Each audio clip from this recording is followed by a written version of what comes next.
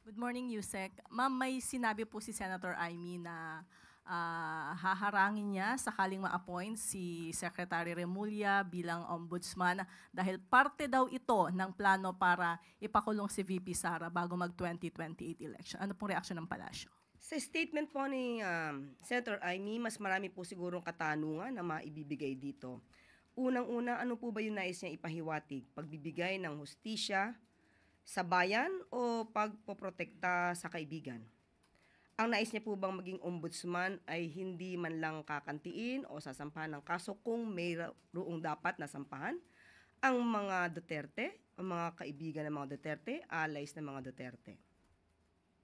Hindi pa po ba mas nararapat po na maging independent ang magiging ombudsman dahil independent constitutional body naman ito at kinakailangan na magsampa ng kaso kung nararapat.